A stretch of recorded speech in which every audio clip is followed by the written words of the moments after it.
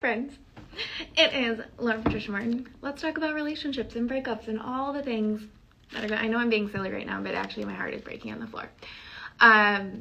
Let's talk about breakups and relationships. So my partner and I have decided to close our well, basically he decided, like, I don't want to paint that picture like, oh, it was mutual and this whole thing. It's like, it was not, but we have different, we're different puzzle pieces and it just didn't work out. And that's okay. And so what I want to talk about now is like what's working, what's not. You know, we just went through our conscious uncoupling yesterday, which if you have a conversation with, like, what that means is like we had a conversation. It was a 4-hour conversation of just like walking through our relationship, of just what we appreciate, what our favorite memories are, you know, what we hope for the other in the future, and just closing it. You know, we often get trapped in this thing of like, we need chaos and it's easier to be angry to close a relationship. And in all honesty, I was in that boat because we hadn't spoken for about 4 days. He had ghosted me, so I thought.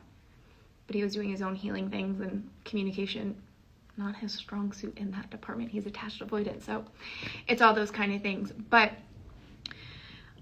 we had our conversation yesterday, and it's one of those beautiful things where it's like, I didn't answer the phone when he first called me on yesterday, because I was like, oh, like, it's easier to end this if I'm angry with him. It's easier. Because at that time, it is. But anger is just the compound emotion of fear at the end of the day. And so is my fear actually going to be healed? No. If I don't address it, no. It's going to carry with me into my other relationships. Because I believe in a love story of the ages. I know that's what's coming. I know what's coming. Speak of the devil.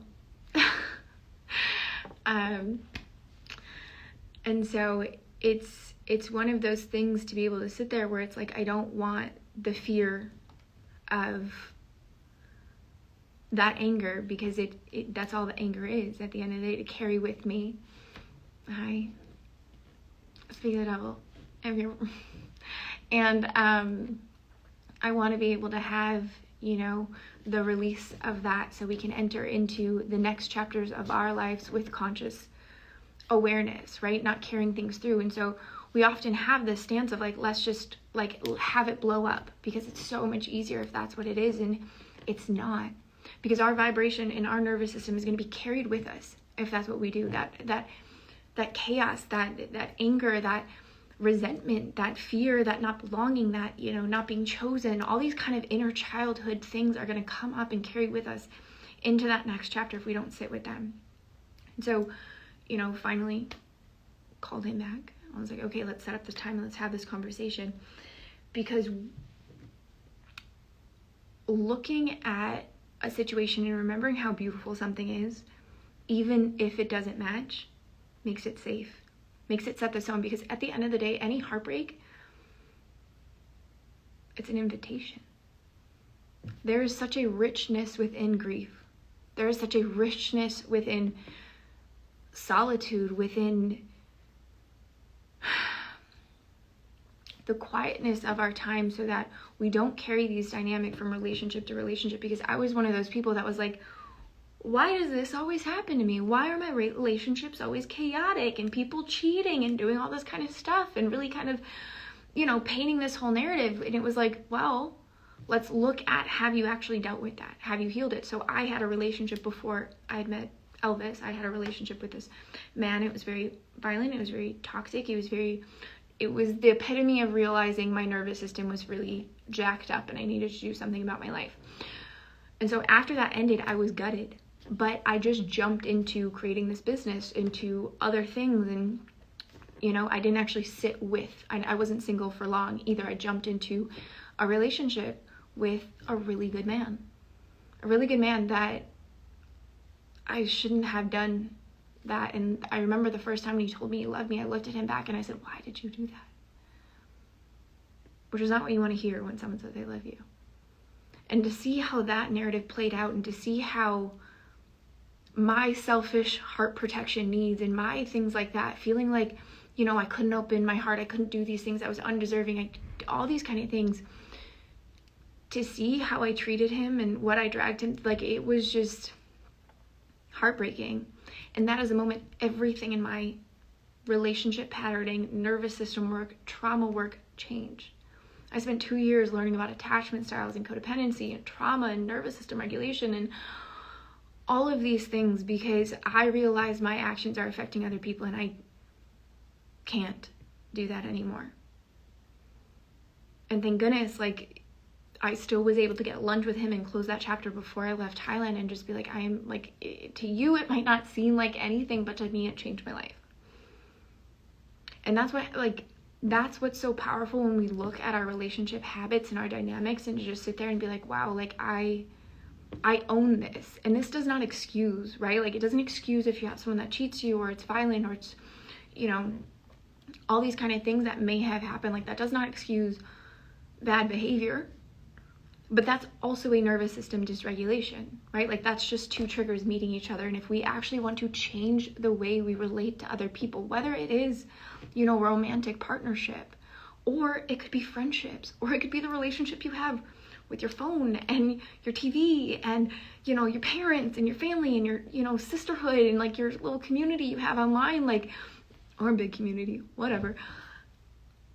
Any of that kind of stuff, like, it is how we relate to ourselves and how we get regulated within ourselves that becomes this sacred thing. Like, I have been going through grief. I have been so gutted going through this process, and supported and full and all the things. Knowing that there's evolution and growth on the other side, knowing that this is that portal of activation, knowing that, love at the end of the day, it'll hurt. It'll hurt when it's not there. And our biggest fear is this kind of ending, this moment right now, what I am going through. Our biggest fear is that. What if the person I love doesn't let me back? What if I'm sitting in that? And we close our hearts off to that, but love is just an extension of who you are. Because of those 2 years, of taking care of myself, of doing this work, of, doing the work that I teach you inside of Sacred Singlehood, because of that work, I will be okay. I don't even know what okay means. Like, it's such a blasé fucking statement, but, like, I will be happy. I will be safe. I will be regulated. I will be loved. I will be whole. I will belong. I am chosen. I am all of these things, right? It's not even I will, I am. And I can have compassion for the inner child inside of me that's, like, fighting and kicking and screaming and doing all the things, while also sitting here as the woman being like, we are okay. This was just an extension. It does not define. And it's okay, because if it's not this, it's something better. And I hold that belief to my core for each and every one of us. And so if you're going through the ringer and if you're sitting on that and we're chasing these relationships to find this validation, to find these things without actually healing these wounds, and we might even not call them wounds, but if you really look at your relationship patternings and you sit there and we're constantly having the same things come forward, that's where we have to sit in that ownership and just be like, why does this keep coming up? What do I want to learn from this? Who do I want to be to myself along that journey of awareness? Because sometimes we sit there and we're a bitch to ourselves, and you really don't have to be a bitch. Like, it's better if you're your best friend and you sit there and you're like, you're strong and we learn and this is what we go. Like, being your partner in crime, like, that is powerful beyond belief. And then you get to create this safety of welcoming in deep love, because we can only welcome in as deep of love that we feel. Like, we can only feel that to the extent of which we're willing to feel pain. And I know that's terrifying, but to be able to hold something, we have to be able to hold the capacity of both ends. This is why nervous system regulation is so helpful. This is why actually understanding, why we are the way we are, how to reprogram our subconscious, how to utilize tools and strategies so that we feel safe, even in turmoil, even when you prayed God and asked for a quantum crumble and he's like, sure, here. And you're like, oh, already. Like, even in those moments, you are safe, no matter what. We live in a life that is uncertain. And we think love is going to be this foundation, and it is. I'm not going to lie about that. Like, being in love is this freedom, right? Like, having so many choices is not actually freedom. Like, being in, like, that is freedom, but at the end of the day, that doesn't define your freedom. You do. And how you lead yourself and how you show up and all these kind of things. And so if you're someone that's like sitting there and it's just like, I want to take responsibility for the person that I am, and I want to be the most available, most heart open, most grounded, most authentic, most playful, most curious. I want to feel this love. I want to lead this way. I want to show up comfortable. I want to show up confident. I want to have these things. Know that that is so available for you. You just have to take the leap. And I got you, you know, like, I will catch you. And if my work aligns with you, you can reach out.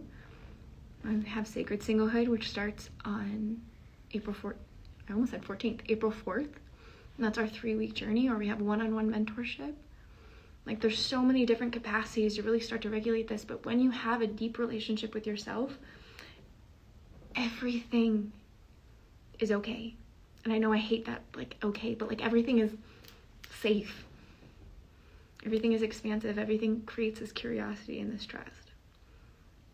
This is the foundation of everything. There's a difference between only like doing mindset work and doing these things and actually getting your body to feel safe in these moments of uncertainty and chaos and wonder.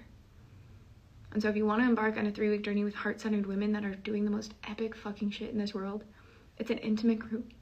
You get live support just like this, so you're supported. You get to ask your questions, you get to personalize the experience, you get lifetime access, you get downloadables, you get journals, so you have this integration time. Like, it is not this woo-woo, like, womb healing energy thing, because that is not my vibe. But it is this practical solutions for the daily life, no matter where you are. If you're at your job, or you're with your family, or you're doing these things, like, you can drop in and you can see where this stuff starts to happen, so that you can truly heal and revitalize this part of yourself and feel safe and home. So if that sounds like you, just reach out. You can DM me a little heart. And we can have a conversation. I'll send you the link. Probably send you some voice notes, because I like being chatty sometimes. Not that much lately, but most times. Other than that, if you're looking for like higher level mentorship, that is where that's where we collapse time in the healing, and we do things that are absolutely magic to the soul. And, you know, we go through getting safe in the moment so we could build resiliency for the future. It is bananas what that work does, and the women that walk with me on that journey. So any of these, all of these, and if you do one-on-one, you do get all access to any programs that go through your 3 or 6 month journey. So you get Sacred Singlehood, which would be banging. But that is it. I'm gonna sit in a little puddle, probably have a bath, and learn some cool shit. So I love you. I hope to see you on the other side. Happy healings.